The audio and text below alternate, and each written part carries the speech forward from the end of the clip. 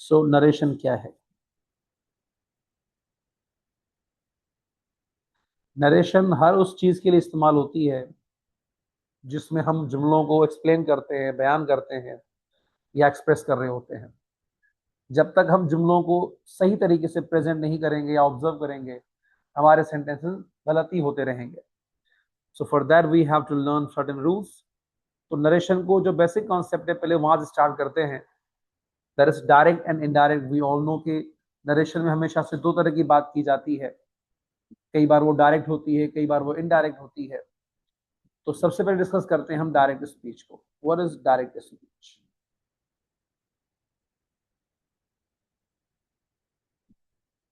Direct speech talks about when we repeat the spoken words,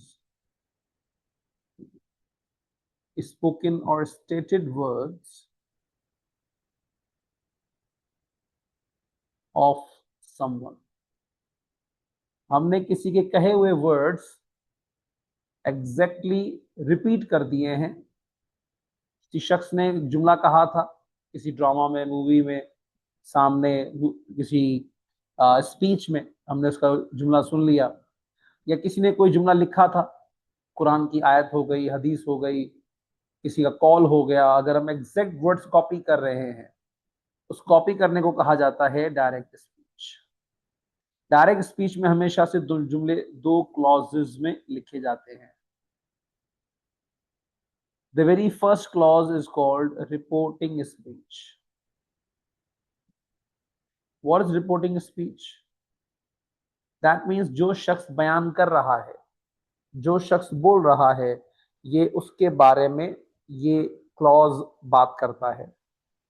Then we have another clause. This is called reported speech. What is reported speech? इसमें जो बात कही जा रही है वो इन कॉमाज के दरमियान में कही जाती है, जिसको हम इन्वर्टेड कॉमाज भी कहते हैं। तो कॉमाज के बीच में जो बात कही जा रही है, that is called reported speech. ठीक है। तो this is the very first form of direct speech. इसकी मिसाल समझ लेते हैं। फॉर एग्जाम्पल, अगर जुमला कहा जाता है, कुरान में अल्लाह कहता है अल्हम्दुलिल्लाह रब्बिल आलमीन। कुरान में अल्लाह कहता है अल्हम्दुलिल्लाह रब्बिल आलमीन।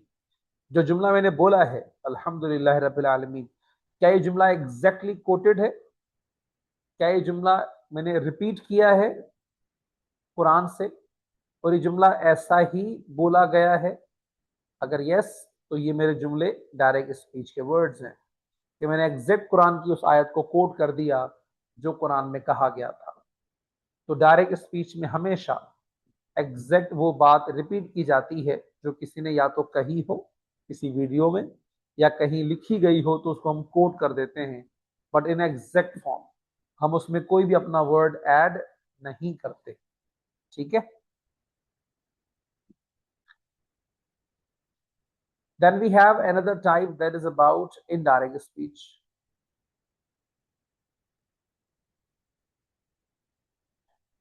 What is indirect speech?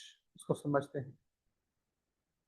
Indirect speech में याद रखिएगा, हमेशा एग्जैक्ट वर्ड्स रिपीट नहीं होते, बल्कि द कंक्लूजन और थीम इज एक्सप्रेस्ड। कही हुई बात का मफहूम बताया जाता है, कही हुई बात का सेंट्रल आइडिया, थीम बताई जाती है। एग्जैक्ट वर्ड्स रिपीट नहीं किए जाते। जैसे फॉर एग्जाम्पल, इफ आई से कुरान में अल्लाह कहता है कि तमाम जहान मैंने बनाए हैं। So what does it mean? जो जुमला कहा गया है ये जुमला इनडायरेक्ट स्पीच है। इनडायरेक्ट स्पीच क्यों है? बिकॉज मैंने खुदा के वर्ड्स एग्जैक्ट कॉपी नहीं किए हैं। खुदा ने ये बात उर्दू में नहीं कही है, खुदा ने ये बात इन सिंपल वर्ड्स में नहीं कही है।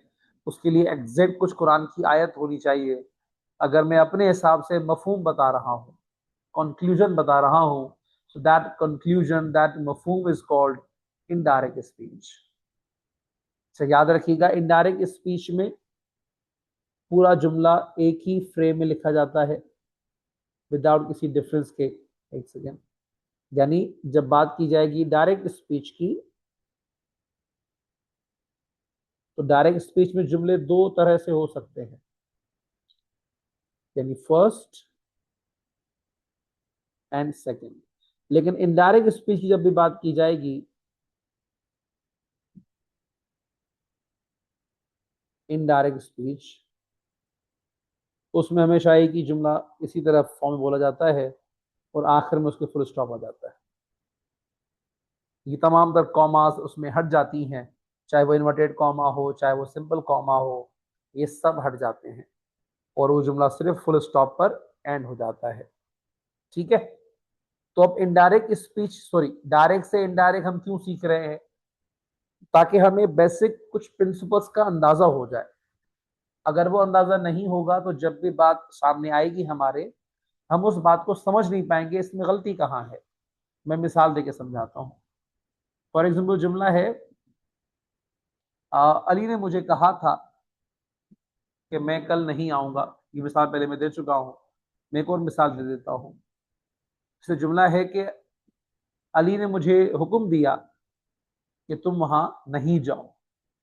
अब अगर मैं इंग्लिश को, सॉरी, उर्दू से इंग्लिश कन्वर्ट करूं तो जुमला बनेगा, अली ने मुझे हुक्म दिया, अली ऑर्डर्ड मी के दैट वहां नहीं जाओ, that don't go there. Ali ordered me that don't go there. अब ये जुमला मेरा जो उर्दू मैंने बोली है कि अली ने मुझे हुक्म दिया कि तुम वहां नहीं जाओ या वहां नहीं जाओ, तो ये जुमला इस तरह से कन्वर्ट हो जाएगा मेरे माइंड के हिसाब से। लेकिन इस जुमले में दो तीन गलतियां हैं तो इस जुमले की वैल्यू जीरो हो जाती है। वो गलतियां कौन सी हैं, क्या क्या चीजें चेंज होनी चाहिए, उनके लिए we need to learn basic rules. वो रूल्स जानना जरूरी है जिससे हम जुमला डायरेक्ट से इनडायरेक्ट लिख रहे होते हैं। तय कल को आपके पास जब जुमला चाहे डायरेक्ट शेप में आए या इनडायरेक्ट फॉर्म में आए, आप उसमें गलती इजीली आइडेंटिफाई कर सको कि व्हाट इज द मिस्टेक। ठीक है।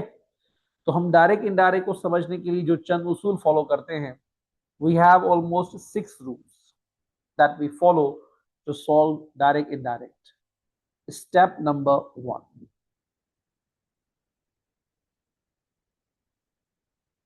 that talks about change of pronoun. Change of pronoun, इस वर्ड का मतलब क्या है? चेंज ऑफ प्रोनाउन कि प्रोनाउन की जितनी भी हमारे पास बेसिक टाइप्स हैं, जैसे जैसे हमारे पास है I, we, you, they and so on. इस तरह हमारे पास ऑब्जेक्ट है me, us, you, them and so on. इस तरह हमारे पास टाइप है my, our, your, their and so on. इन तमाम प्रोनाउंस को हम चेंज कैसे करते हैं? तो हमारा पहला उसूल इसी के टॉपिक के बारे में है। तो मैं यहाँ पर कुछ जुमले लिख लेता हूँ फिलहाल, वीडियो को पॉज करके, ताकि जब आप आओ तो जुमले रेडी हों, बस मैं बेसिक चीजें समझा सकूं आपको।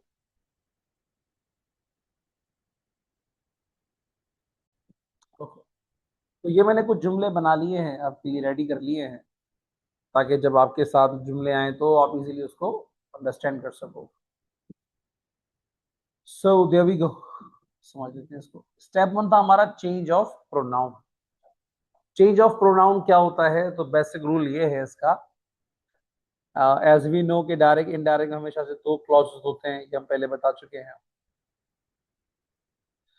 फर्स्ट क्लॉज यानी reporting speech, second reported speech.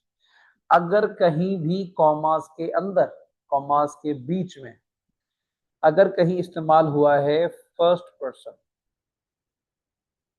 Person pronoun, first person से मुराद इसके दो words, that is I and we. अगर कहीं भी आई या वी इस्तेमाल हुआ है तो याद रखिएगा, जब हम कन्वर्ट करेंगे तो उसको लाजमी कन्वर्ट किया जाता है कॉमा से बाहर मौजूद सब्जेक्ट के साथ। कॉमा के अंदर का फर्स्ट पर्सन, कॉमा से बाहर के ऑब्जेक्ट से स्वैप या स्विच किया जाता है। मिसाल देख लेते हैं। जुमला है they say to her we have won the match. जुमला क्या बन जाएगा? जुमला कन्वर्ट होके बन जाएगा दे से टू हर, मतलब टेल हर दैट। दैट में कहां से लाया? याद रखिएगा, जब भी कॉमास को खत्म किया जाएगा तो पहले उसूल में दैट यूज होगा। उसके बाद कॉमा के अंदर को देखें। कॉमा के अंदर इस्तेमाल हुआ है वी, जो कि है फर्स्ट पर्सन। फर्स्ट पर्सन हमेशा चेंज होता है बाहर के सब्जेक्ट के साथ। जुमला क्या बन जाएगा?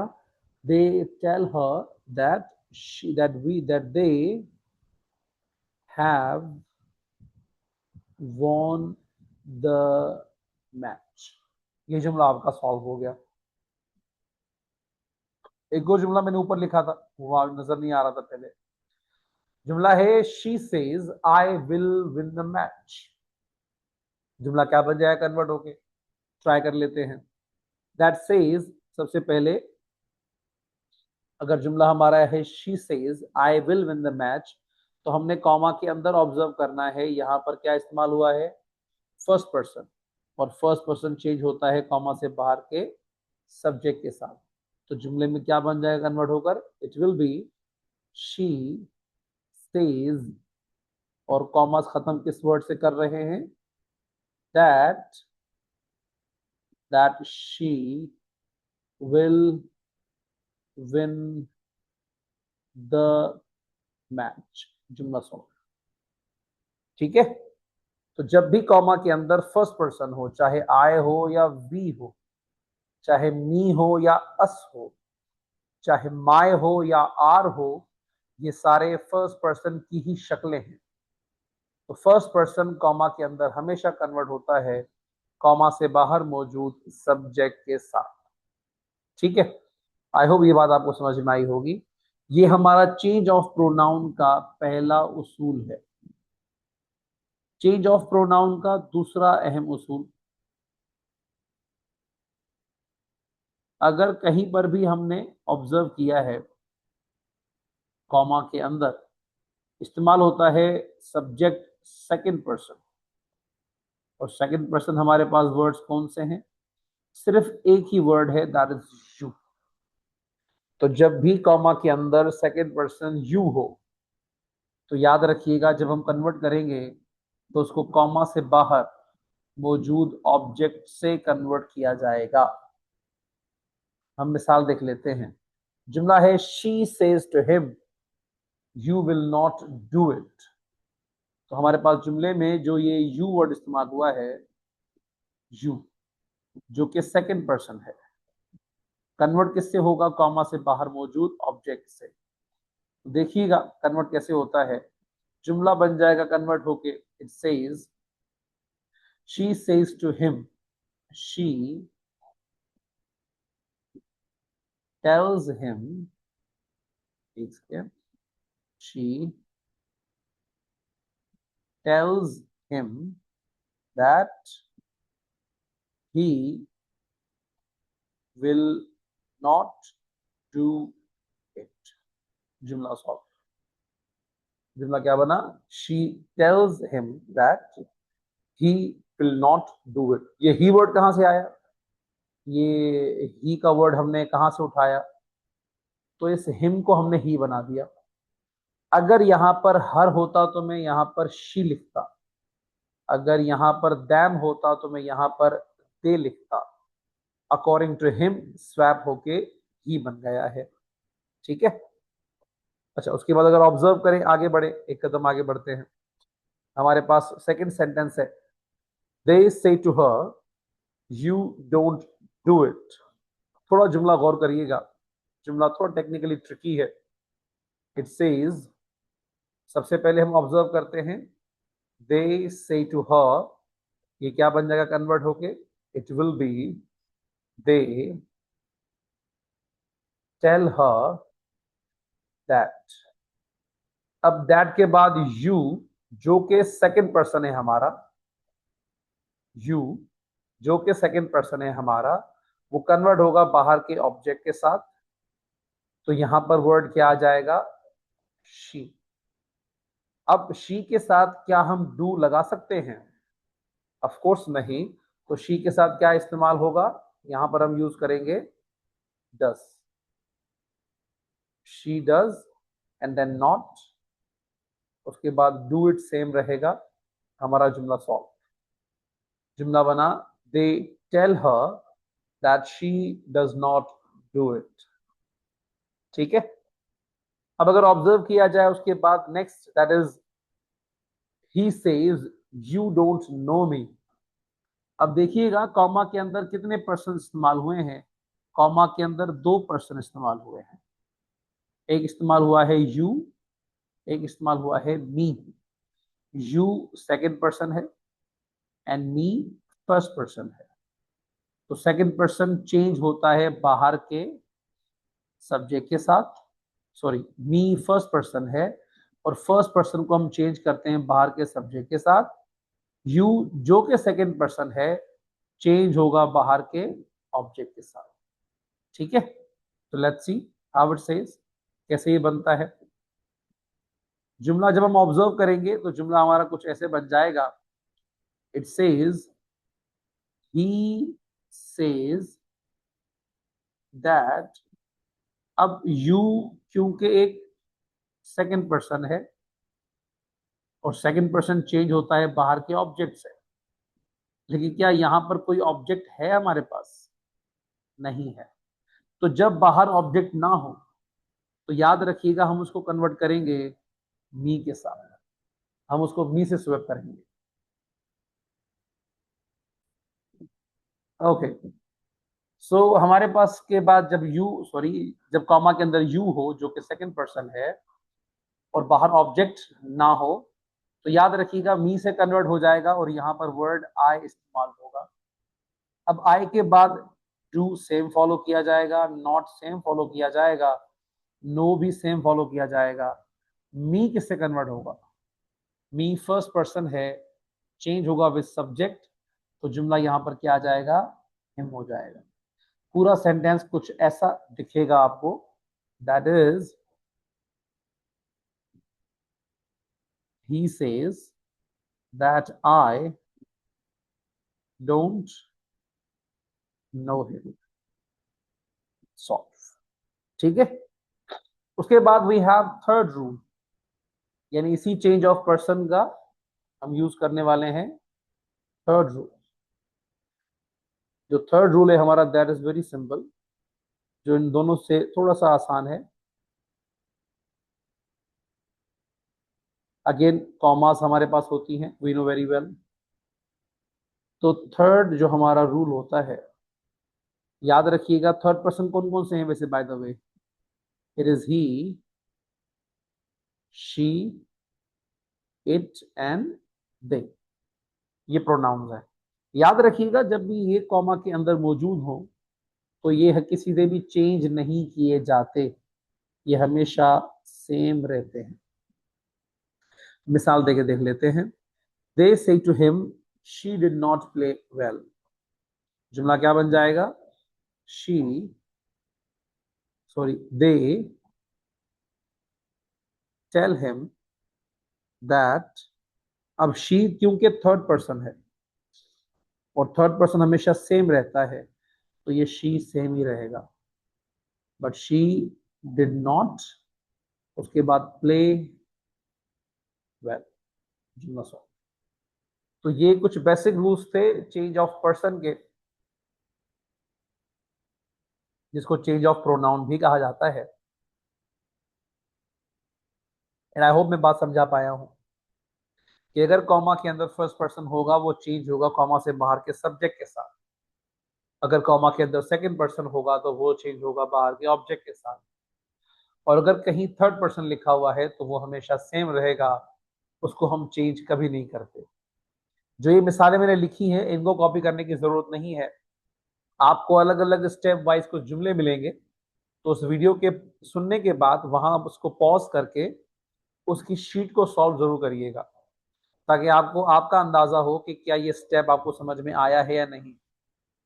स्टेप 1 के जो स्टेप्स थे, चेंज ऑफ पर्सन या प्रोनाउन के जो स्टेप्स थे, first person, second person, third person, वो आपका कॉन्सेप्ट क्लियर हुआ है या नहीं, वो आपको वहीं से समझ में आ जाएगा। ठीक है, आगे बढ़ते हैं स्टेप नंबर 1 के बाद स्टेप नंबर 2, जहां से आपका असल गेम, असल कंपटीशन शुरू होता है नरेशन को समझने में। That is step number 2। It is about change of tenses. यानी अब तक जो हमने जुमले सॉल्व किए थे, अगर आपने ऑब्जर्व किया हो, मैंने टेंस को चेंज कहीं नहीं किया है। मिसाल ये डिड जो लिखा हुआ था, इसको डिड सेम ही लिखा है मैंने। जहां पर डू था वो डू सेम ही रहा, जहां पर विल था वो विल सेम ही रहा। टेंस को कहीं चेंज नहीं किया हमने, सिर्फ पर्सन्स को चेंज किया था। लेकिन step 2 talks about change of tenses. Let's see how it says. इसको ऑब्जर्व कर लेते हैं। वी नो वेरी वेल कि हमारे पास जुमला दो हिस्सों में होकर आएगा, दो क्लॉजेस कहलाएंगे।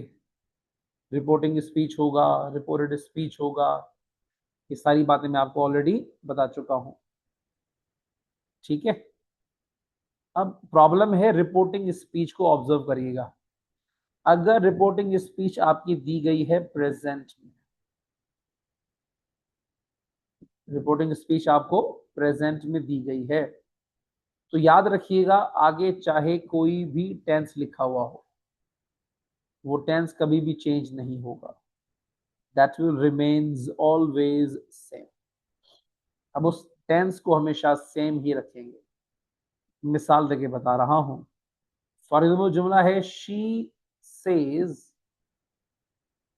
I am the best. एक सिंपल जुमला मैंने दिया है ताकि आपको समझा सकूं। अब जुमला जब ये कन्वर्ट होता है तो ये कुछ ऐसा बन जाता है, she says that, I first person change होगा सब्जेक्ट से, that's she, sorry, that's she is the best. मैंने टेंस को चेंज नहीं किया है, मैंने सिर्फ हेल्पिंग वर्ब चेंज किया है उसी टेंस का। और वो भी चेंज क्यों किया है helping verb? According to subject. Because यहां पर सब्जेक्ट आई था तो आई के हिसाब से एम लग गया। बिकॉज यहां सब्जेक्ट हमारा शी है तो शी के हिसाब से इज लगेगा, एम नहीं लगेगा। ठीक है, ये क्यों चेंज नहीं हुआ टेंस? बिकॉज कॉमा से पहले जुमला प्रेजेंट में लिखा हुआ है। लेकिन मजे की बात, अगर जैसे ही वहां पर प्रेजेंट की जगह आ जाता है पास्ट, इस पास्ट के आते ही टेंस चाहे कोई भी हो, उस टेंस का चेंज होना लाजमी है, उस टेंस का बदलना compulsory, it will be changed. अगर वो चेंज नहीं होगा तो जुमला गलत हो जाएगा। मिसाल देके समझते हैं। फॉर एग्जाम्पल जुमला लिखा हुआ है she sad I am the best. तो जुमला कन्वर्ट करके आपने बनाया, for example she said that she is the best. अब ये जुमला उर्दू के साथ भले सही हो कि उसने कहा कि मैं बेस्ट हूं, उर्दू में ऐसा ही है, लेकिन इंग्लिश के हिसाब से गलत है। और वो गलत क्यों है? क्योंकि जब भी कॉमा से पहले पास्ट होगा, यानी दैट वर्ड से पहले अगर आपका पास्ट का जुमला है, तो आगे प्रेजेंट आ ही नहीं सकता। आगे प्रेजेंट का वो वर्ड गलत है। इस पास्ट को सिंक करते हुए it has to be in the past. Past को ऑब्जर्व करते हुए जो कॉमा के बाद का जुमला है, जो दैट के बाद का जुमला है, वो प्रेजेंट से पास्ट में लाजमी स्विच या कन्वर्ट हो जाएगा। अब ये चेंज होने के लिए हमारे पास कुछ बेसिक रूल्स हैं, कुछ फंडामेंटल बेसिक कुछ चीजें हैं जो हम लाजमी फॉलो करवाते हैं बच्चों से। और उसको सॉल्व करने के दो तरीके हैं, मैं वो दोनों ट्राई कर रहा हूं और मैं दोनों फॉर्म्स वो आपको समझा रहा हूं। ठीक है, लेट्स सी इसके जो वो कौन सा वो एक there is a chart that we follow to learn the change of tenses. Okay, तो मैं जिस चार्ट के बारे में बात कर रहा था कि प्रेजेंट टेंस का या टेंसेस का कौन सा वो चार्ट है that we have to learn, मैंने तमाम टेंसेस के नाम लिख दिए हैं। याद रखिएगा ये सब टेंसेस अप्लाई कहाँ होंगे, कॉमा के अंदर की बात की जा रही है, कॉमा के अंदर की बात हो रही है, ये कॉमा से बाहर चेंज अप्लाई नहीं होगा, ये सारा चेंज सारा चार्ट अप्लाई होगा कॉमा के अंदर। ठीक है, तो अगर कॉमा के अंदर जो जुमला आपको दिया जा रहा है वो जुमला अगर प्रेजेंट सिंपल का है तो याद रखिएगा वो कन्वर्ट होके बन जाएगा into past simple. Present simple into past simple. इस तरह अगर जुमला प्रेजेंट कंटिन्यूअस का है it will B change into past continuous. अगर जुमला जो आपको दिया गया है वो प्रेजेंट परफेक्ट का है it will B change into past perfect. लेकिन अगर जुमला आपके पास प्रेजेंट परफेक्ट कंटिन्यूअस का है it will B change into past perfect continuous. ठीक है, ये सारे चेंजेस अप्लाई हो जाएंगे। अगर जुमला लेकिन कॉमा के अंदर पास्ट सिंपल का हो, पास्ट सिंपल का जुमला याद रखिएगा जब भी कन्वर्ट हो जाता है तो वो जुमला कन्वर्ट हो जाता है इनटू पास्ट परफेक्ट। और अगर जुमला जो आपके पास कॉमा के अंदर हो वो पास्ट कंटिन्यूअस का है it will B change into past perfect continuous. लेकिन जो जुमला आपके पास है अगर वो पास्ट परफेक्ट का है या परफेक्ट कंटिन्यूअस क्या है याद रखिएगा इन दोनों सूरतों में वो चेंज नहीं होगा, चाहे पास्ट परफेक्ट हो या परफेक्ट कंटिन्यूअस हो इट विल रिमेन सेम। अगर फ्यूचर की बात की जाए, अगर फ्यूचर का जुमला आपके पास वहां दिया जाए, कोई जुमला फ्यूचर सिंपल का है जिसमें विल एंड फर्स्ट फॉर्म लिखी हुई है तो याद रखिएगा कन्वर्ट होके बन जाएगा विल, सॉरी विल नहीं होगा, it will be converted into would and first form. अगर जुमला आपके पास फ्यूचर कंटिन्यूअस का है विल बी लिखा हुआ है तो वो बन जाएगा वुड बी। अगर जुमला जो वहां लिखा हुआ है वो लिखा है would have plus will have plus third form तो वो कन्वर्ट होके बन जाएगा would have plus third form.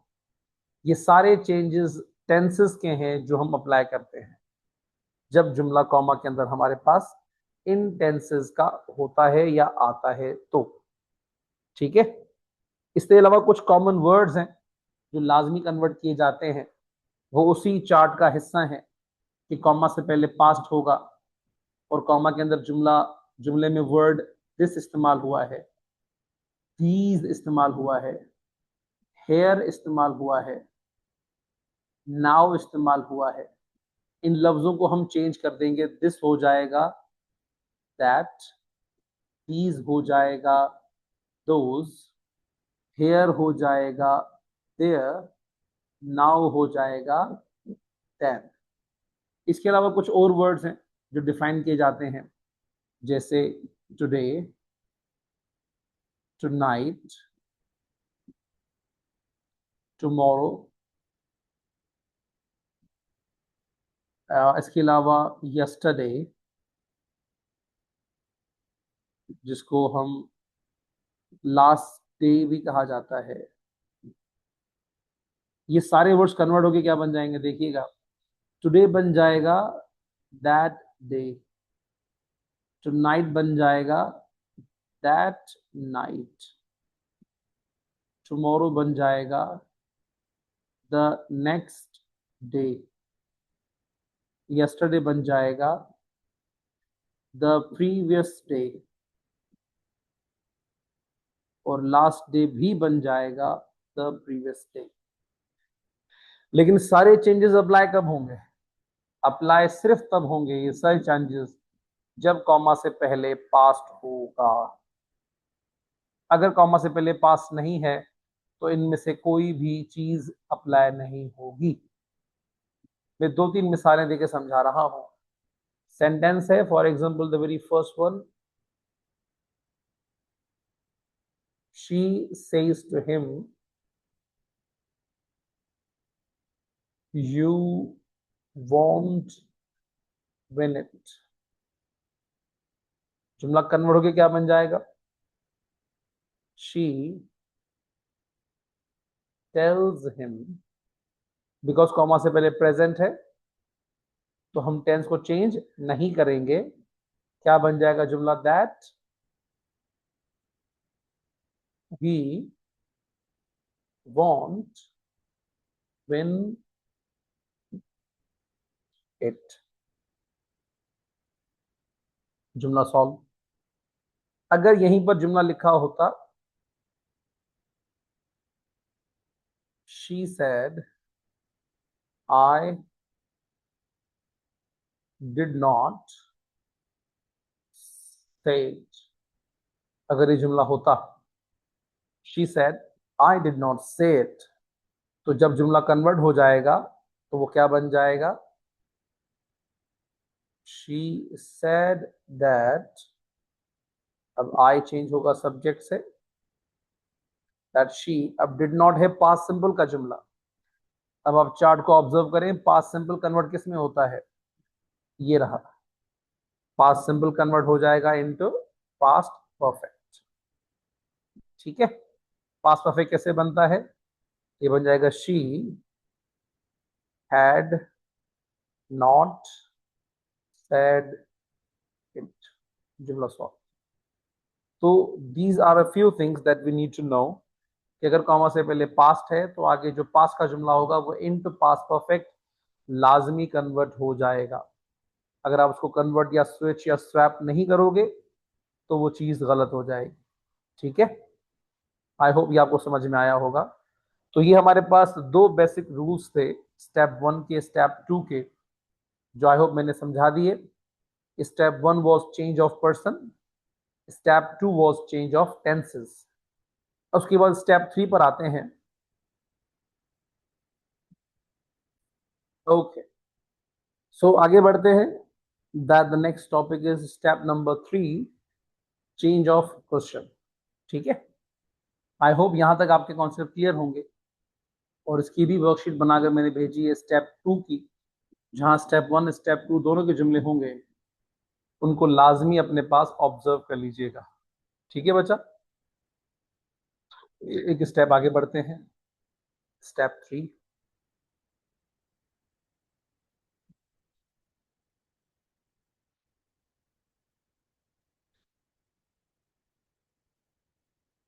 अच्छा क्वेश्चंस की वैसे तो 3 टाइप्स होती हैं, लेकिन हम चेंज ऑफ कंफर्मेटिव क्वेश्चंस को स्टार्ट कर रहे हैं। हो सकता है कुछ लोगों के लिए ये वाला वर्ड नया हो, यार ये कंफर्मेटिव क्वेश्चंस क्या होते हैं। मैं 2 मिनट आपको समझा देता हूँ, it's so easy. Confirmative questions को आप लोगों ने बचपन से एक और नाम से पढ़ा हुआ है, इंटेरोगेटिव क्वेश्चंस और नेगेटिव प्लस इंटेरोगेटिव क्वेश्चंस। बचपन में आपको जुमले सिखाए गए थे, affirmative, negative, interrogative, negative plus interrogative. तो ये जो दो टाइप्स हैं, it is called confirmative questions. Because confirmative हो या इंटेरोगेटिव हो, उनका एक बेसिक रूल है कि जब भी सवाल बनेगा तो सबसे पहले इस्तेमाल होगा हेल्पिंग वर्ब, उसके बाद आएगा सब्जेक्ट, और जुमले के आखिर में हम क्वेश्चन मार्क लगा देंगे, जुमला हमारा प्रॉपरली क्लियर हो जाएगा। मैं मिसाल देके समझा रहा हूं। मिसाल के तौर पर जुमला है, डिड यू कॉल मी।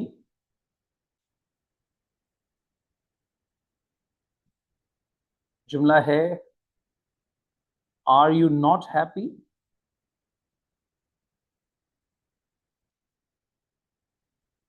जुमला है, विल यू गाइड मी। इन तमाम सवालों में एक चीज कॉमन है, वो है ये स्ट्रक्चर। ये structure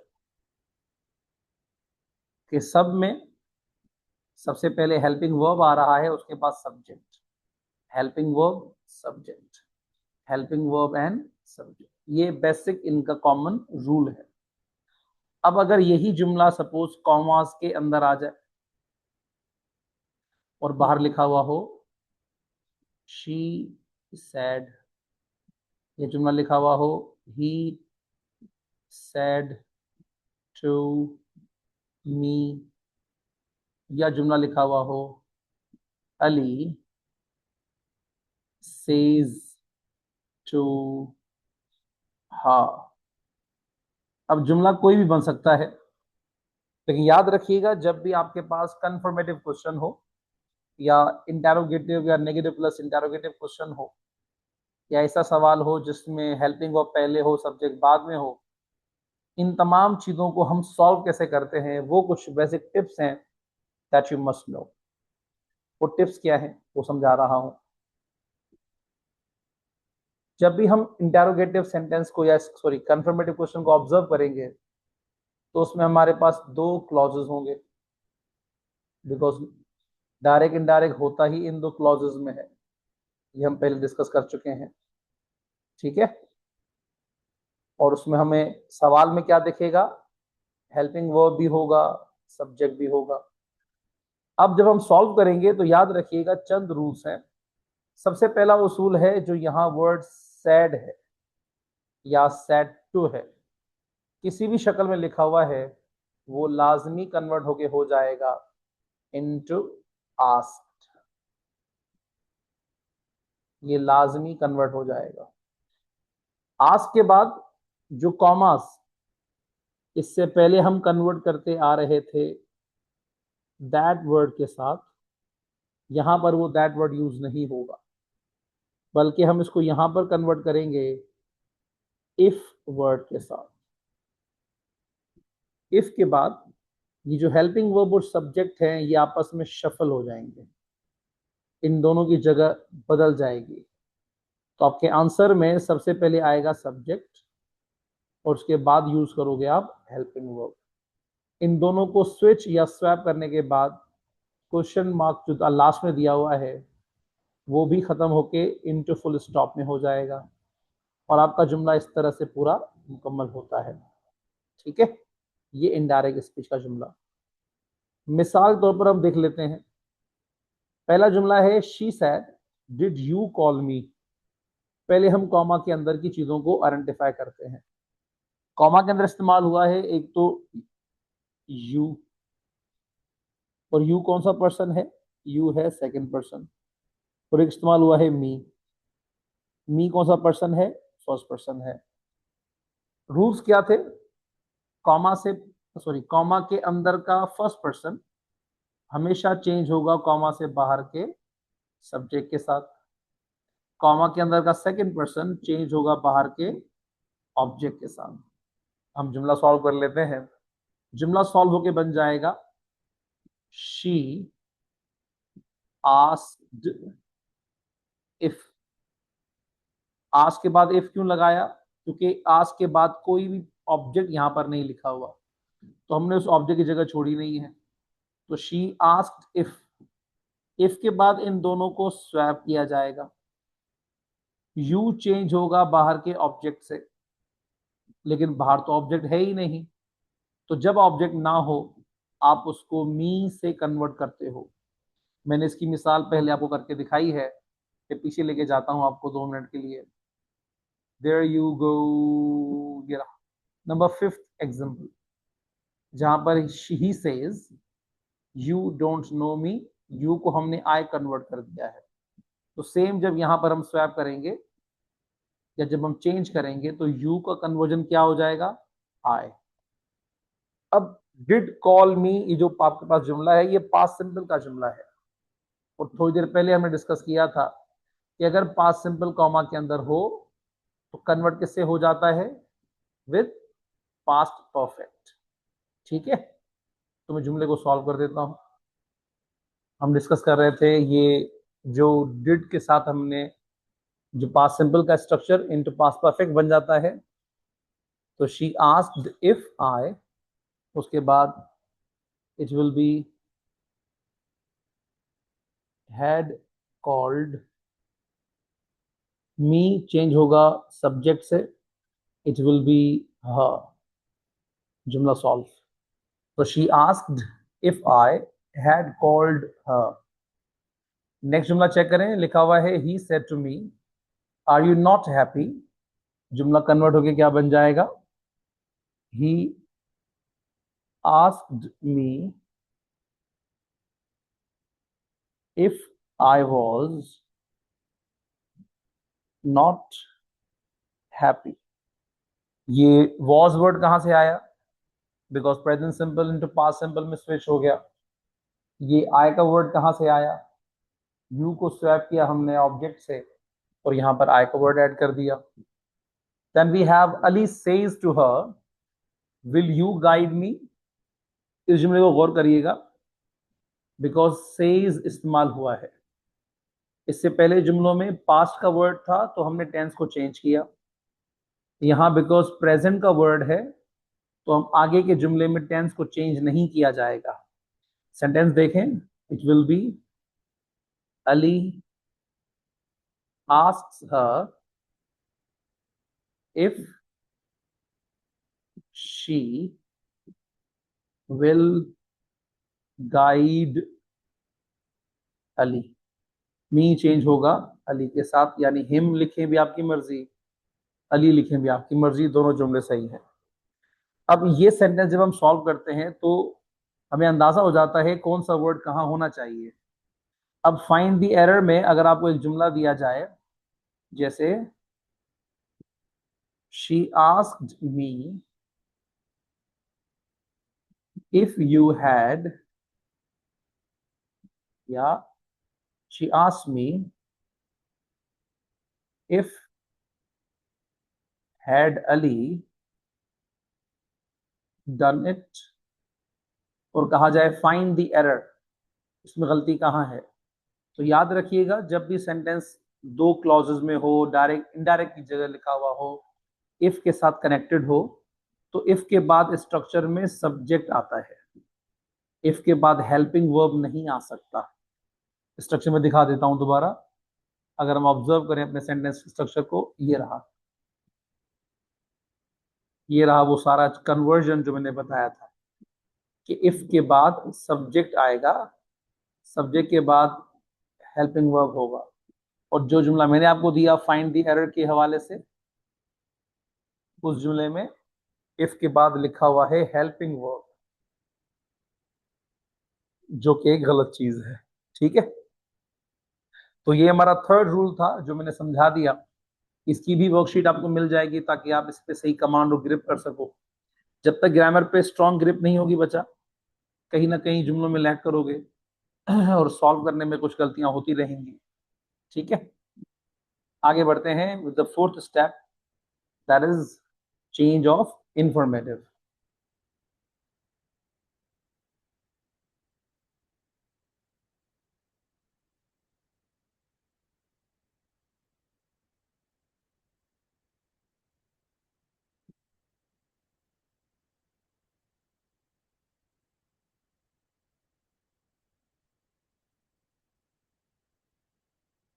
change of informative question. अब इंफॉर्मेटिव क्वेश्चन की एक निशानी है, एक उसका एक फॉर्मेट है कि जब भी इंफॉर्मेटिव क्वेश्चन बनेगा तो वो WH वर्ड के साथ ही बनेगा। WH वर्ड्स कौन से होते हैं, जैसे आपके पास वर्ड्स हैं when, where, why, how long, who,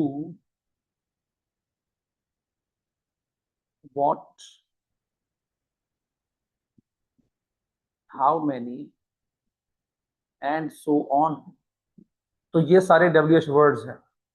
तो जब हम सेंटेंस को ऑब्जर्व करेंगे, सेंटेंस का जो बेसिक स्ट्रक्चर है वो कुछ ऐसा दिखेगा कि सबसे पहले उसमें होगा WH वर्ड, उसके बाद उसमें होगा कोई ना कोई हेल्पिंग वर्ब, उसके बाद उसमें कोई ना कोई सब्जेक्ट होगा, और फिर आखिर में जाके जुमले के लास्ट में क्वेश्चन मार्क हमें दिख जाएगा। तो ये एक स्ट्रक्चर है, शक्ल है इसकी, जो हमें जुमले में नजर आ जाएगी। ठीक है, अब इसके जुमले कैसे बनते हैं, मैं जुमले बना के दिखा रहा हूं। एक सेकेंड, यहां पे फॉर एग्जाम्पल हमारे पास जुमला है,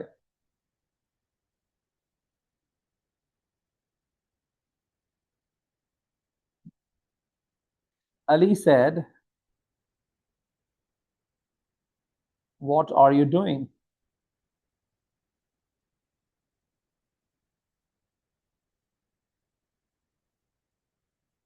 दूसरा जुमला है,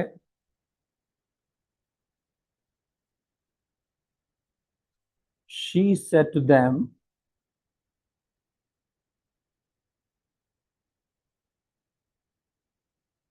why did you call me.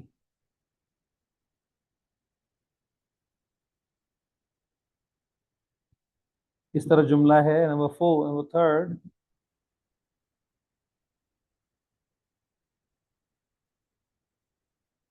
People said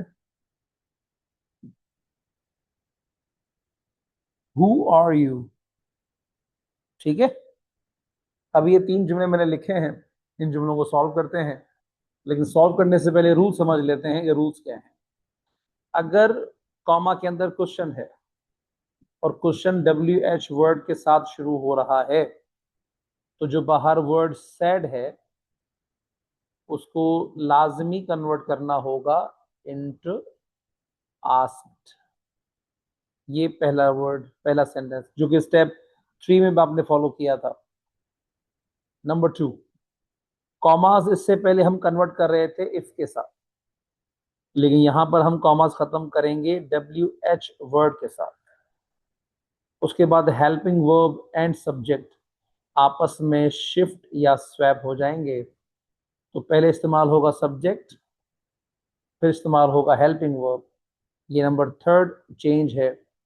and number 4 last है, क्वेश्चन मार्क खत्म होके इनटू फुल स्टॉप बन जाएगा। जुमला सॉल्व करके देखते हैं। पहला जुमला है, Ali said what are you doing. तो जुमला क्या बन जाएगा, अली आस्क्ड। अब कॉमास खत्म होंगी डब्ल्यू एच वर्ड के साथ, तो ये डब्ल्यू एच वर्ड सेम लिखा जाएगा सिंपल करके, और हमारा जुमला सॉल्व हो जाएगा। इसमें ना तो दैट इस्तेमाल होना है, ना इफ इस्तेमाल होना है, सिर्फ ये व्हाट का वर्ड आएगा और जुमला सॉल्व। अब उसके बाद, एक सेकेंड, हाँ, व्हाट के बाद इन दोनों को स्वैप किया जाएगा। तो यहां आ जाएगा आई, यहां आ जाएगा वॉज, डूइंग हो जाएगा सेम। अब सवाल है आई वर्ड कहां से आया। यू चेंज होता है ऑब्जेक्ट से, और यहां पर कोई ऑब्जेक्ट नहीं है, तो हमने इसको मी से अज्यूम किया, तो यहां वर्ड आया आ गया। कॉमा से पहले पास्ट है तो is am are was verb बन गया, जुमला सॉल्व। ठीक है, आई होप ये समझ में आया होगा आपको। Then we have she said to them why did you call me. अब जब ये जुमला सॉल्व किया जाएगा तो सॉल्व होके क्या बनेगा, let's see. She asked them why, why के बाद इन दोनों को स्वैप किया जाएगा, why they had called me, change होगा सब्जेक्ट के साथ, तो यहां आ जाएगा हाँ, जुमला सॉल्व। 2 चीजें रिवाइज कर रहा हूं। दे का वर्ड कहां से आया, बिकॉज कॉमा से बाहर जो ऑब्जेक्ट है वो दैम है, तो यहां दे हो गया। ये हैड कॉल्ड कहां से आया, बिकॉज कॉमा के अंदर पास्ट सिंपल था, इनटू पास्ट परफेक्ट स्विच हो गया। मी क्योंकि फर्स्ट पर्सन है और फर्स्ट पर्सन चेंज होता है बाहर के सब्जेक्ट के साथ, तो बिकॉज ऑफ दैट हमने यहाँ पर हर का वर्ड लिख दिया, बिकॉज यहाँ शी लिखा हुआ है। ठीक है, next sentence we have people said who are you. जुमला कन्वर्ट होके बन जाएगा पीपल आस्क्ड हु, इन दोनों को स्वैप किया जाएगा, आई वॉज। ये आई का वर्ड कहां से आया, बिकॉज ऑब्जेक्ट नहीं है तो हमने मी को अज्यूम किया, is am are was verb बन गया, आई के साथ वॉज आता है, वर इस्तेमाल नहीं होता, तो ये जुमला भी हमारा सॉल्व हो गया। ठीक है, तो this is how we have done with our step number 4, change of informative questions. इसकी भी फाइल मैंने अलग से बनाकर भेजी है, उसको जरूर सॉल्व करिएगा, तभी कमांड और ग्रिप होगी, वरना ये सिर्फ कॉन्सेप्ट्स हैं, समझ में तो आ जाएंगे लेकिन वो कमांड नहीं आएगी जो आनी चाहिए। ठीक है, moving on is step number 5।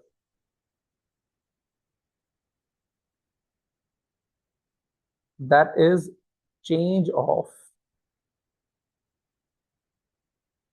Imperative. अब इम्पेरेटिव क्या होते हैं? इम्पेरेटिव वो जुमले होते हैं जिनमें 3-4 खूबियां हों। या तो वो जुमला कोई ऑर्डर होगा, या वो जुमला कोई सजेशन होगा, या वो जुमला कोई एडवाइस होगा, या वो कोई रिक्वेस्ट होगा, या फिर कोई वार्निंग होगी। ठीक है, ये सारे इसके फंक्शंस हैं। अब हम डिस्कस करते हैं। मैं कुछ जुमले लिखता हूं, उसमें आपने इसका सेंस समझना है। पहला जुमला है शी सैड हेल्प मी, लेकिन वही दूसरा जुमला है शी सैड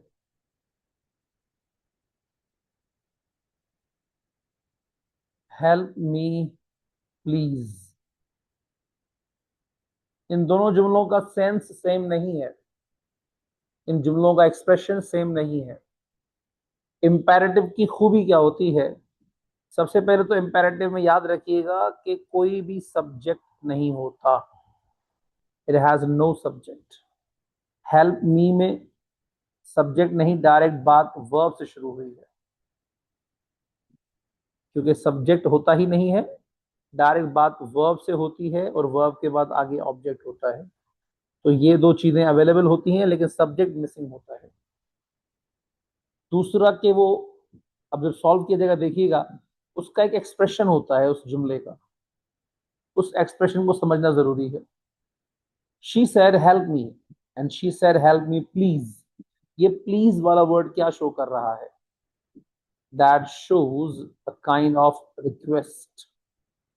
तो जब हम सॉल्व करेंगे इस एक्सप्रेशन को सैड में जरूर कन्वर्ट करना है। जुमला क्या बन जाएगा? She requested. अब देखिएगा, रिक्वेस्टेड दैट लगा दोगे जुमला गलत हो जाएगा, दैट यूज नहीं होगा। रिक्वेस्ट के बाद यहां पर क्या आएगा इसको समझते हैं।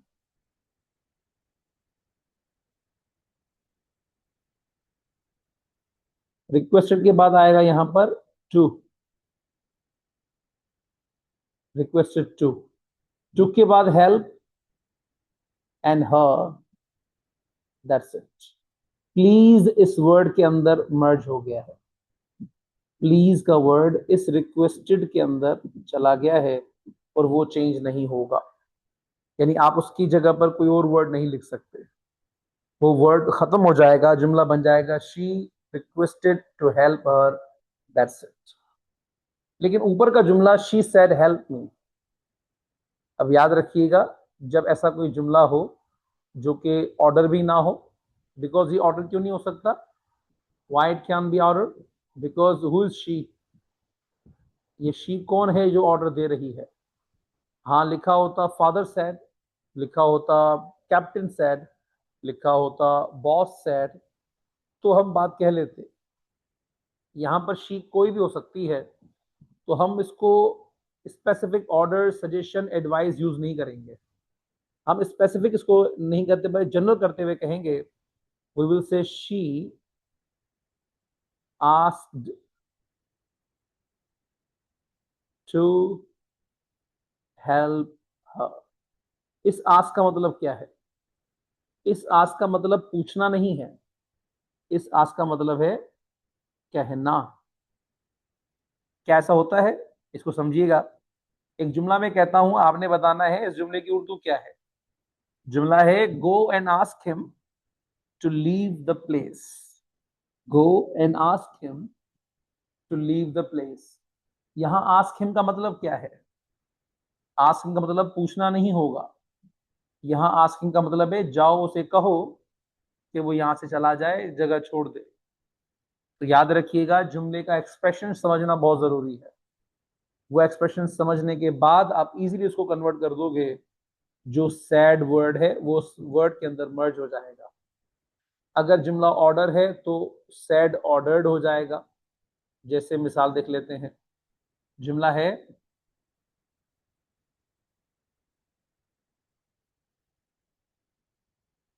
Father sad follow me. अब फादर कह रहे हैं तो ये ऑर्डर हो सकता है। तो जब हम कन्वर्ट करेंगे तो we can use father ordered to follow him. जुमला सॉल्व हमारा। ठीक है। तो ये बन सकता है। इस तरह का जुमला कहा जाए, teacher said look at the board. अब क्योंकि एक टीचर कह रहा है तो ये ऑर्डर हो सकता है। तो we will say teacher ordered to look at the board. याद रखिएगा, इंपेरेटिव में वर्ब की फॉर्म चेंज नहीं होती। वर्ब की फॉर्म सेम रहती है। ये रही हेल्प। हमने हेल्प को हेल्प्ड नहीं बनाया।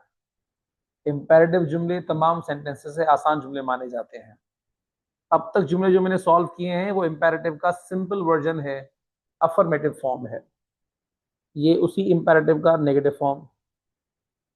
जैसे she said don't call me.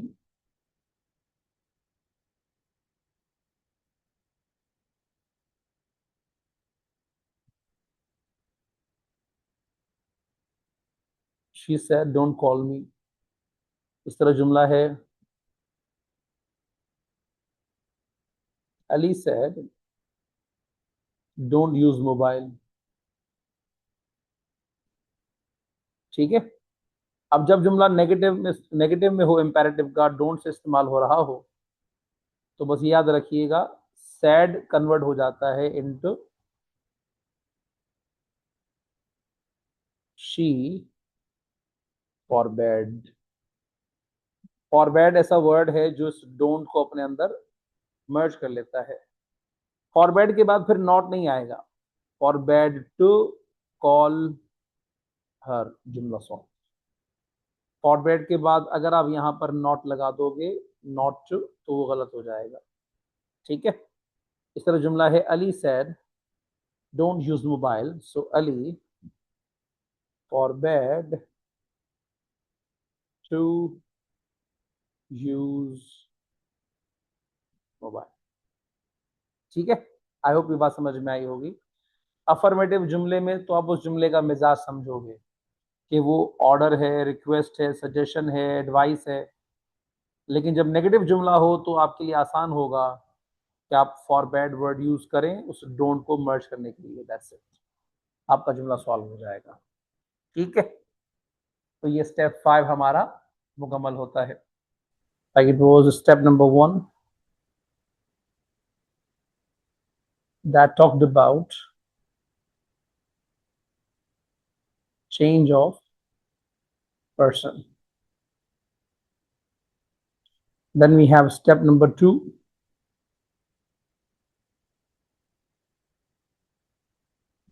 It was about change of tenses, जिसमें हमने टेंसेस को चेंज करने के प्रॉपर फॉर्मेट्स डिस्कस किए थे। Then we talked about step number 3, जिसके अंदर हमने change of informative question, sorry, change of confirmative questions. Confirmative questions वो क्वेश्चंस होते हैं जिनके अंदर हम हेल्पिंग वर्ब एंड सब्जेक्ट को ऑब्जर्व करते हैं और लास्ट में क्वेश्चन मार्क होता है। इनमें कभी भी WH वर्ड इस्तेमाल नहीं होता। इसमें हमेशा हेल्पिंग वर्ब से सवाल शुरू किया जाता है, जिसको मैंने इंटेरोगेटिव या नेगेटिव प्लस इंटेरोगेटिव भी बताया था। Then we have last step, जो लास्ट कवर किया था हमने, step number 4। It was about change of informative questions. ठीक है, तो ये सारा कुछ हमने कवर कर लिया था। इंफॉर्मेटिव क्वेश्चंस की निशानी क्या होती है कि वो हमेशा WH वर्ड के साथ स्टार्ट होते हैं, उसके बाद हेल्पिंग वर्ब स्टार्ट होता है, ऐड होता है, उसके बाद सब्जेक्ट आता है, एंड लास्ट में सेंटेंस के क्वेश्चन मार्क नजर आ जाता है।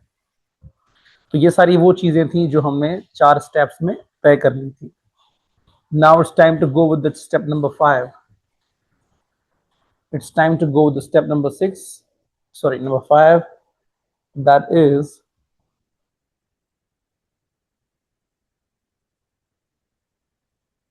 change of imperative.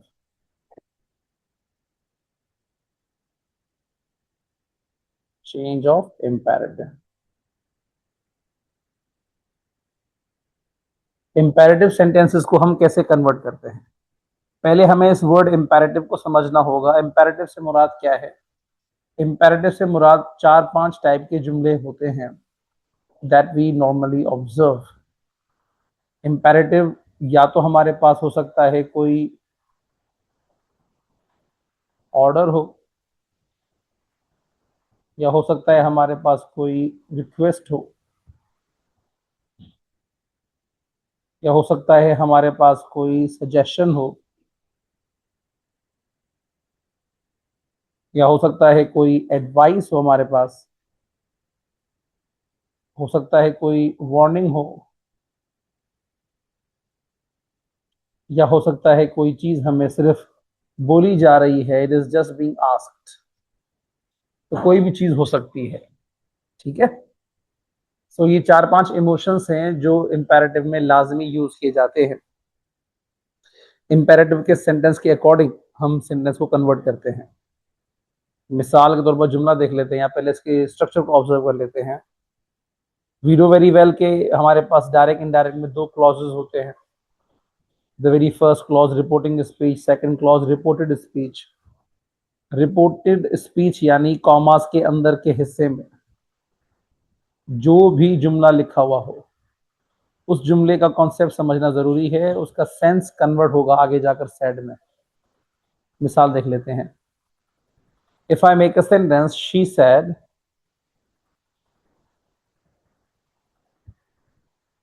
Call him now.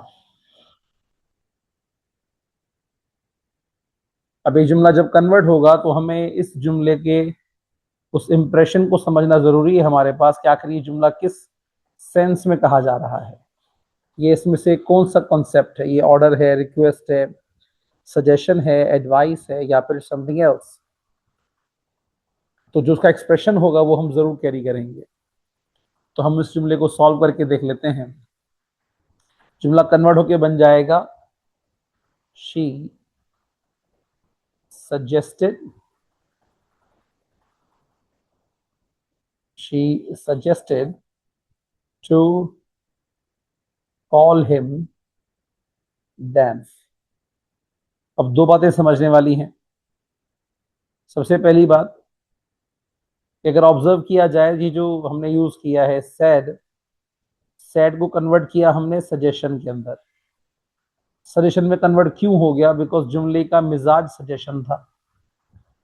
इस जुमले में कॉमास को हमने किससे कन्वर्ट किया? कॉमास को कन्वर्ट किया है वर्ड टू के साथ। तो याद रखिएगा, इंपेरेटिव का जुमला कॉमास जब कन्वर्ट की जाएंगी तो टू के साथ की जाएगी। एक और जो अहम बात है वो है वर्ब की फॉर्म। अगर आप इस जुमले में ऑब्जर्व करें तो जो जुमले की फॉर्म है कॉल्ड, हमने उसको चेंज नहीं किया, हमने इस फॉर्म को सेम ही रख दिया है। इंपेरेटिव में वर्ब की फॉर्म को चेंज नहीं किया जाता, सिर्फ आप उस एक्सप्रेशन को सैड में कन्वर्ट कर देते हो। एक और मिसाल समझ लेते हैं। We have sentence like they said guide us please. अब इस जुमले में जो हमारे पास ये प्लीज का वर्ड है, ये साफ इंडिकेशन कर रहा है कि ये जुमला एक रिक्वेस्ट है। तो जब हम कन्वर्ट करेंगे तो जुमला क्या बन जाएगा? It will be like they requested to guide us, convert होगा दे से तो दैम हो जाएगा। प्लीज रिपीट नहीं होगा, प्लीज का वर्ड रिक्वेस्ट के अंदर वैसे ही मर्ज हो गया है, तो प्लीज वर्ड के मर्ज होने के बाद ये वर्ड प्लीज आगे रिपीट नहीं होगा। गाइड वर्ब की फॉर्म मैंने सेम रखी है, उसको चेंज नहीं किया, बिकॉज वर्ब की फॉर्म चेंज नहीं होती। ठीक है, तो ये हमारे पास सिंपल इंपैरेटिव था। अब मैं इसमें दो मिसालें दे रहा हूं, एक वार्निंग की और एक आस्क की, ताकि दोनों आपको समझ में आए कि इनमें क्या डिफरेंस है। मिसाल हम जुमला देख लेते हैं। She said bring a glass of water। अभी एक सिंपल जुमला है। एक और जुमला है, teacher said do your do the homework। Your हटा देता हूं मैं, do the homework or I will call your family। या फैमिली को मिटाकर मैं फादर कर देता हूं। ठीक है, अब एक जुमला है। फर्स्ट सेंटेंस को ऑब्जर्व करें तो हम जो जुमला सॉल्व करेंगे, जुमला क्या बन जाएगा? जुमला है she said bring a glass of water. तो जुमला ये कन्वर्ट हो सकता है she asked to bring a glass of water. पूरा सेम रिपीट होगा, लेकिन आस्क्ड वर्ड क्यों इस्तेमाल हुआ? क्योंकि इस आस्क का मतलब पूछना नहीं है, इसका मतलब है कहना। तो याद रखिएगा, हम आस्क का वर्ड कई बार कुछ चीजों को बोलने के लिए भी इस्तेमाल करते हैं, कहने के लिए भी इस्तेमाल करते हैं। तो अगर आपको किसी जुमले में फाइंड द एरर में आस्क वर्ड नजर आ जाए, तो वहां आस्क का मतलब पूछना है, ये जरूरी नहीं है। आपने उस आस्क के सेंस को समझ के फिर उसको समझना है कि इसमें गलती कहां पर है।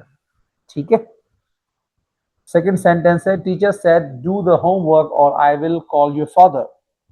अब ये आगे का जो स्टेटमेंट है, दैट शोज के ये एक वार्निंग है।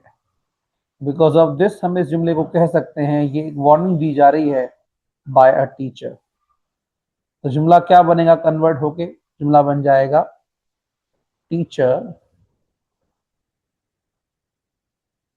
Want to do the homework और ही और शी, बिकॉज टीचर मेल भी हो सकता है, फीमेल भी हो सकती है, he or she would call my father। अब एक सवाल ये भी आता है, अभी भी ने कहा था कि वर्ब की फॉर्म चेंज नहीं होगी। हमने यहाँ ब्रिंग को ब्रिंग लिखा था, और यहाँ इस जुमले में मैंने वर्ब की फॉर्म को चेंज कर दिया, विल को मैंने वुड बना दिया, ही शी भी इस्तेमाल हुआ। तो उसका रीजन ये है कि ये इस जुमला कंपाउंड स्टेटमेंट है। ये जो लास्ट जुमला आप ऑब्जर्व कर रहे हो, ये आम जुमला नहीं है, ये कंपाउंड स्टेटमेंट है। इसमें दो जुमले पाए जाते हैं। पहला जुमला ये रहा, डू द होमवर्क, और फिर दूसरा जुमला है और I will call your father. ठीक है, तो जब जुमला एक होगा, सिर्फ इंपैरेटिव होगा, तो उस पर उसके रूल्स फॉलो किए जाएंगे। जब जुमले दो होंगे तो उन दोनों पर अलग अलग उनके रूल्स फॉलो किए जाएंगे। ठीक है, आई होप ये बात आपको समझ में आई होगी। तो मैंने दो मिसालें देकर दिखाई हैं, वार्निंग की और आस्क की। तो इस तरह हमारी ये चारों पांचों चीजें मुकम्मल होती हैं जो इंपैरेटिव को शो करती हैं। लेकिन ये सारे जुमले मैंने सिंबल बनाए हैं, ये जुमले नेगेटिव भी बन सकते हैं। जैसे she said don't help me. या Ali said don't call me again। दोनों जुमले बिल्कुल सही हैं। ठीक है, अब नेगेटिव जुमला जब भी इंपेरेटिव का हो तो आई होप ये बात समझ में आएगी आपको। आपके लिए सबसे आसान तरीका है सैड को फॉरबैड बना दें, यानी शी फॉरबैड टू हेल्प हर।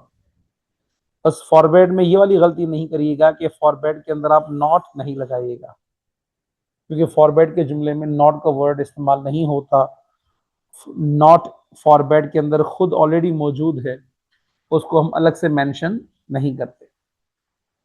जो जुमला लास्ट वन था, Ali said don't call me again, ये भी जुमला ऐसा ही बन सकता है, that is Ali forbade to call him again. दोनों जुमले सही हैं।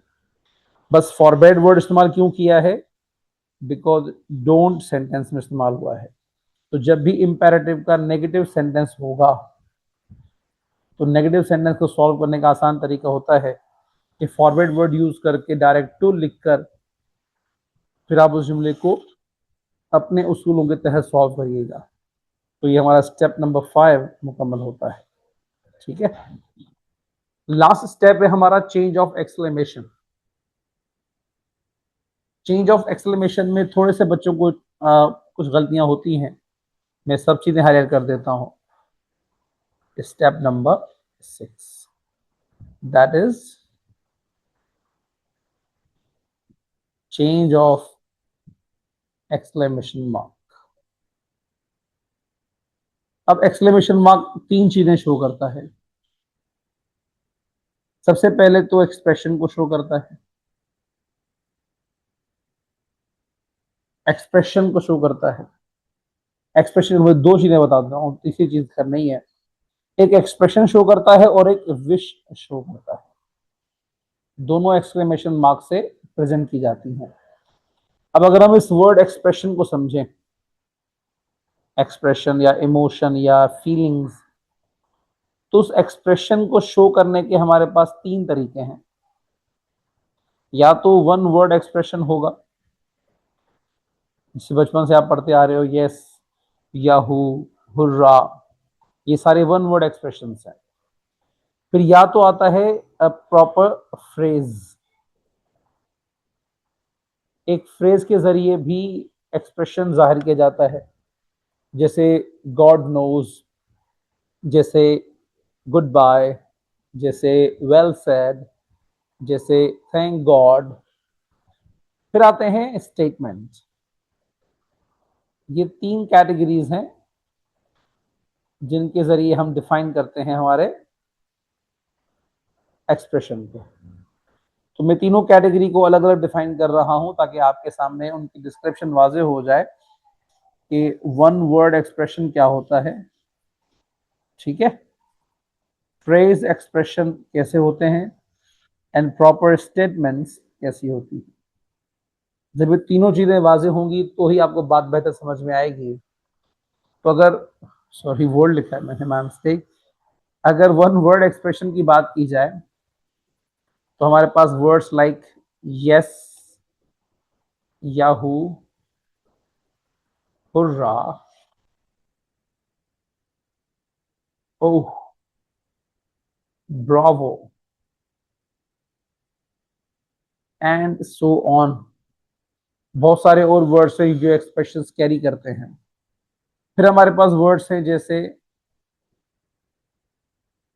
वेल सेड, जैसे गुड जॉब, जैसे नेल्ड इट।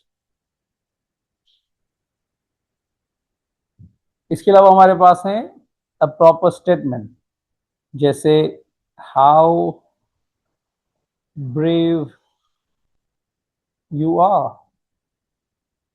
या हाउ क्लेवर ही वॉज, या जुमला है व्हाट अ मैच। या जुमला है व्हाट अ साइट।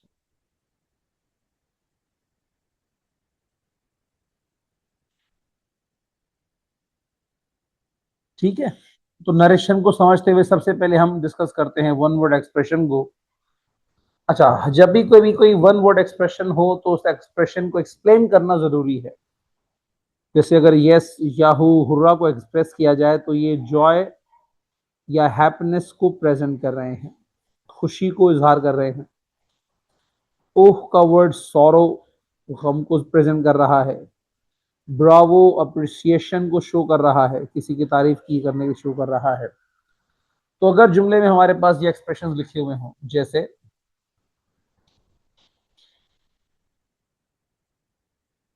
जैसे she said Bravo you did it.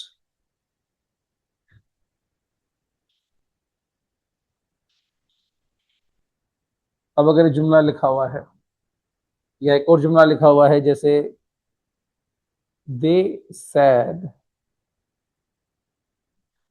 Oh we lost the game. तो जब जुमला सॉल्व होगा तो ये कैसा दिखेगा? It will be she exclaimed with appreciation that। अच्छा, ये अप्रिसिएशन की वर्ड इस्तेमाल हुआ है बिकॉज ये ब्रावो वर्ड कहा ही अप्रिशिएट करने के लिए जाता है। तो she exclaimed with appreciation that I had done it. ये हैड डन इट क्यों इस्तेमाल किया है मैंने? Because past simple into past perfect में कन्वर्ट होता है। एक और सवाल, आई का वर्ड क्यों आया यहां पर? यू जो कि सेकेंड पर्सन है, चेंज होता है ऑब्जेक्ट से, और जब ऑब्जेक्ट ना हो तो इमेजिन किया जाता है मुझसे बात हो रही है। तो यू को जब मी से कन्वर्ट किया तो यहां पर मैंने आई वर्ड इस्तेमाल कर लिया। ठीक है, they said oh we lost the game. जुमला क्या बन जाएगा? They exclaimed with sorrow that they had lost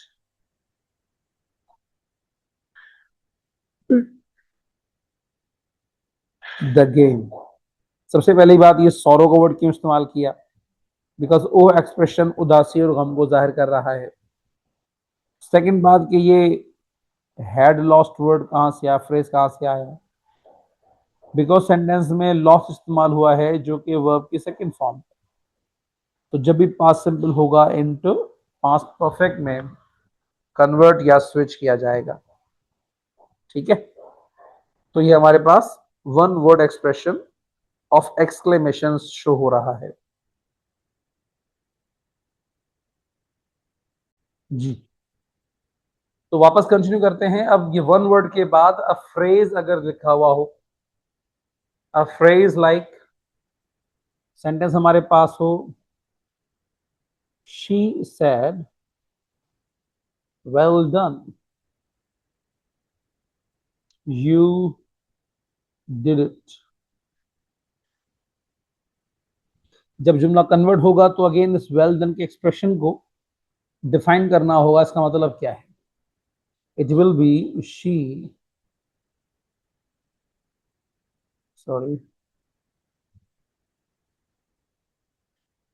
she exclaimed with joy that I had done it।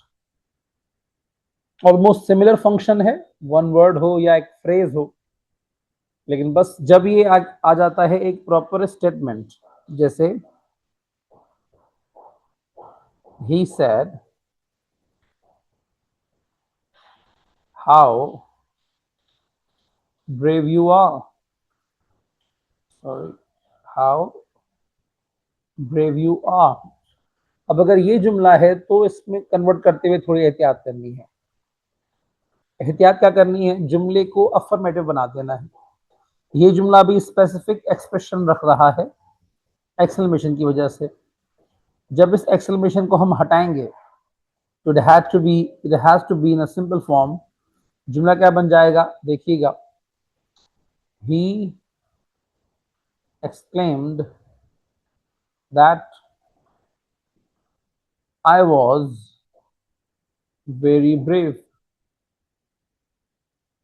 इसमें दो तीन चीजें समझने वाली हैं। सबसे पहले ये आई वॉज कहां से आया, फिर ये वेरी वर्ड कहां से आया, फिर जुमले का स्ट्रक्चर ऐसा क्यों है।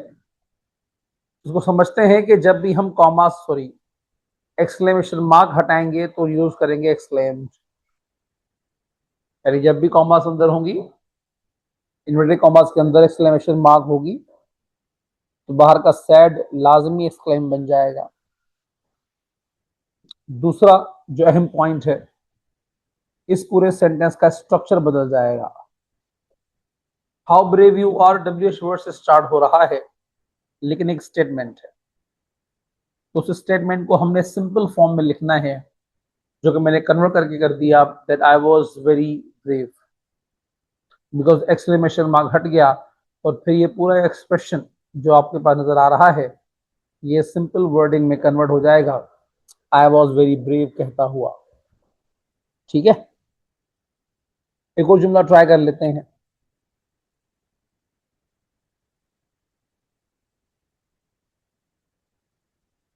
Ali sad what view. अब इस जुमले का एक स्पेसिफिक एक्सप्रेशन है, मतलब है, तो जब हम जुमले को कन्वर्ट करेंगे जुमला क्या बन जाएगा? Ali exclaimed that it was a nice view। ठीक है, सबसे पहले हमने क्या किया? एक्सक्लेमेशन मार्क को कन्वर्ट किया वर्ड एक्सक्लेम में। दूसरा दैट वर्ड इस्तेमाल हुआ इन कॉमास को खत्म करने के लिए। उसके बाद वाटर व्यू को मैंने सिंपल फॉर्म में लिख दिया, it was a nice view. फिर एक जुमला आता है कि सर ये वॉज क्यों इस्तेमाल हुआ, इस भी तो इस्तेमाल हो सकता था। बिकॉज कॉमा से पहले पास्ट है, तो जब पास्ट होगा तो कॉमा के अंदर आगे प्रेजेंट इस्तेमाल हो ही नहीं सकता। इस पास्ट की वजह से now it has to be in the past. तो ये तीनों चीजें, चाहे वन वर्ड हो, चाहे एक्सक्लेमेशन हो, चाहे दो वर्ड्स हो, चाहे स्टेटमेंट हो, ये तीनों चारों एक्सप्रेशंस कहलाते हैं। Then we have a last topic of exclamation, that is wish. यानी एक्सक्लेमेशन मार्क हम विश को भी शो करते हैं इसके जरिए। मिसाल समझ लेते हैं। She said have a good time. जुमला है दे सेड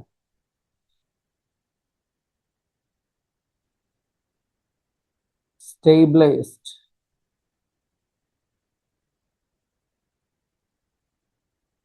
इन दोनों जुमलों में जो एक्सक्लेमेशन मार्क है, what does it define? It defines a wish, it defines a kind of prayer। तो जब जुमला कन्वर्ट होगा तो क्या बन जाएगा? She wished to have a good time. Next one, they said stay blessed. So they prayed to stay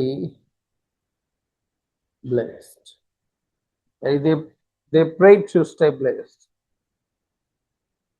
stay blessed एक दुआ है कि हमेशा खुश रहो, आबाद रहो, उसी सेंस में। तो एक दुआ है जो दी जा रही है, चाहे विश हो या प्रे हो, वो इस तरह एक्सक्लेमेशन को खत्म करता है। याद रखिएगा, सिर्फ एक्सक्लेमेशन को देखकर आपने सैड को कन्वर्ट एक्सक्लेम्ड में नहीं करना। आपने पूरे जुमले को गौर से सुनना है, उसके बाद जुमले को according to that statement solve या क्लियर करना है। तो ये आपके नरेशन के 6 स्टेप्स यहाँ पर मुकम्मल होते हैं। लेकिन हमारे पास उसी नरेशन की कुछ और एक्स्ट्रा पॉइंट्स एडिशंस हैं, that is called optative statements. उनको कैसे सॉल्व किया जाता है उसको हम समझ लेते हैं।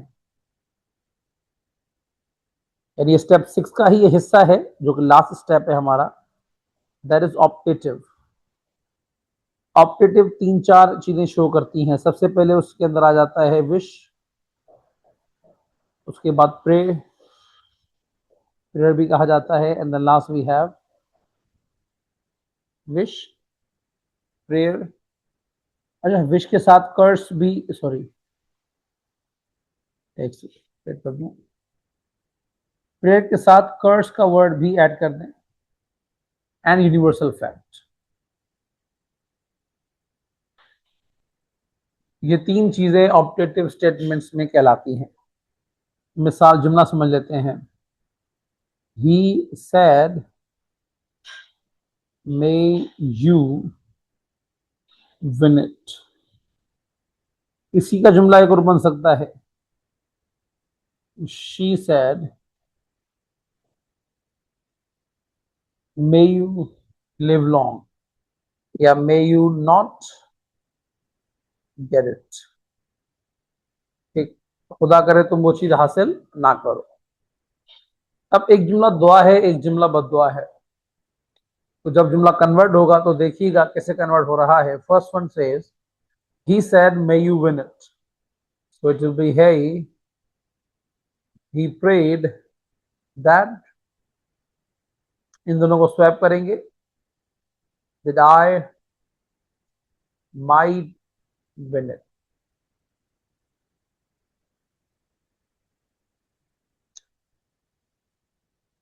I might win it। दो चीजें समझने वाली हैं इस प्रेयर स्टेटमेंट में।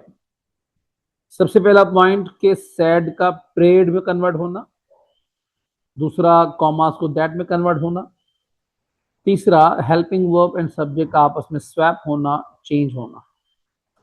नेक्स्ट जुमला ऑब्जर्व कर लेते हैं। She said may you not win it, so it will be she cursed that I might not get it।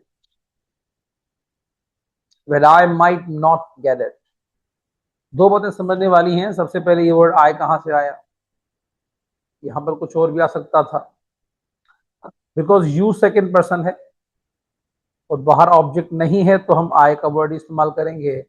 I is the most appropriate. मे का माइट में कन्वर्ट होना भी कंपलसरी है, जहां एक्टिव में चाहे मे हो या माइट हो, या डायरेक्ट में चाहे मे हो या माइट हो, जब इनडायरेक्ट बनेगा तो वो माइट से ही बनेगा। ठीक है, जो अहम बात है वो ये है कि वर्ब की फॉर्म सेम ही रहेगी, मैंने वर्ब की फॉर्म चेंज नहीं की है। ठीक है, तो ये मैंने प्रे और कर्स को डिफाइन कर दिया। ऑप्टेटिव का जो सेकंड पार्ट है या सेकंड टाइप है या सेकंड इंपॉर्टेंट सेंटेंस है, दैट इज अबाउट विश। इसको समझते हैं। इंग्लिश में विश शो करने के दो तरीके हैं। पहला जुमला है, आई को हटा देता हूं, that is she said I wish I were not a doctor. काश में डॉक्टर ना होता या ना होती। तो जब जुमला इस टाइप का हो तो कन्वर्ट कैसे होगा, तो जुमला बन जाएगा she wished that she might,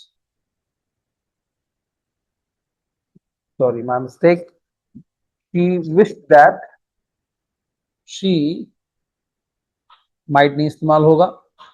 was word convert होता है हैड बीन में, तो she might had not been a doctor. Solve. She wished that she had not been a doctor. ठीक है, विश वाले जुमले में जब भी कॉमा के अंदर आई विश लिखा हुआ हो, वी विश लिखा हुआ हो, तो शी सैड को कन्वर्ट कर दें इस विश वर्ड के अंदर और आपका जुमला बाकी सॉल्व हो जाएगा, बाकी चीजें चेंज नहीं हो। वॉज वर्ड का हैड बीन गिवन आपको स्टेप 2 में पढ़ाया था, उसी को यहाँ फॉलो किया जा रहा है। आई का शी बनना, क्योंकि ये आपके पास स्टेप 1 का जुमला था कि फर्स्ट पर्सन कॉमा के अंदर कन्वर्ट होता है सब्जेक्ट के साथ। ठीक है, एक और जुमला देख लेते हैं। That is Ali sad, Ali sad I wish I did not से। इसकी उर्दू क्या है कि अली की ख्वाहिश है कि काश वो ये ना कहता, या आई डिड नॉट से इट, तो कन्वर्ट होके क्या बन जाएगा देखिएगा। Ali wished that he had not said it. Sorry, wished that he had not said it. जुमला हमारा सॉल्व। तो चाहे विश हो, चाहे प्रे हो, चाहे कर्स हो, उसका भी मैंने आपको फॉर्मेट समझा दिया। Last was about universal fact, उसमें आपको क्या ही बताऊं, which is so easy.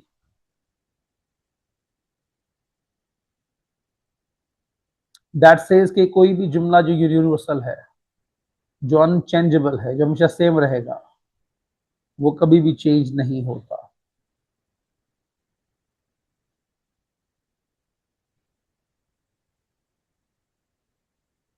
इस दुनिया पर जब भी कभी दुनिया की हकीकत को वाजे किया जाएगा, उस दुनिया के उस डिस्क्रिप्शन को आप कहोगे यूनिवर्सल फैक्ट। मिसाल समझ लेते हैं। मिसाल जुमला है Ali sad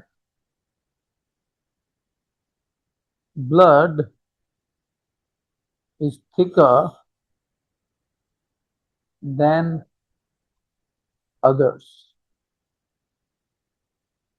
Ali sad blood is thicker than others, या देन को वाजिब देन वाटर कर देता हूं, आसान।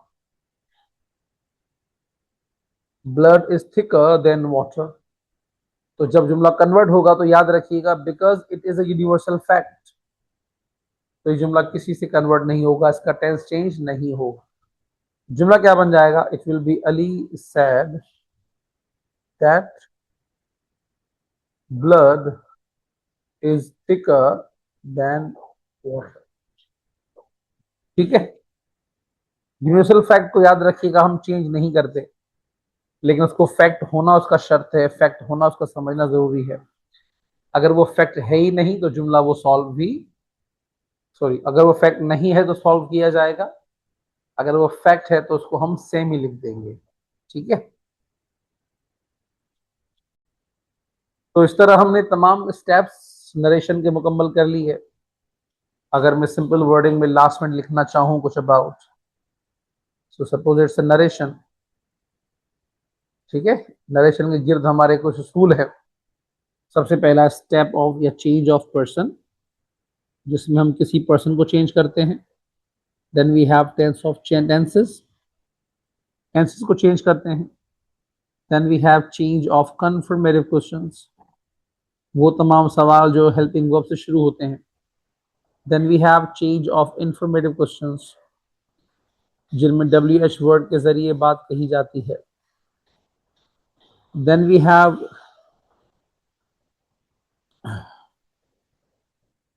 imperative,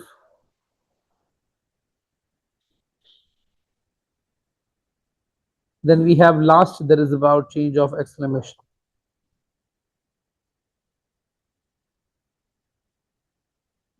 इसके अलावा आपके पास चंद चीजें थी, वो जो ऑप्टेटिव स्टेटमेंट था वो नंबर 6 के बाद था, इट वाज अबाउट ऑप्टेटिव।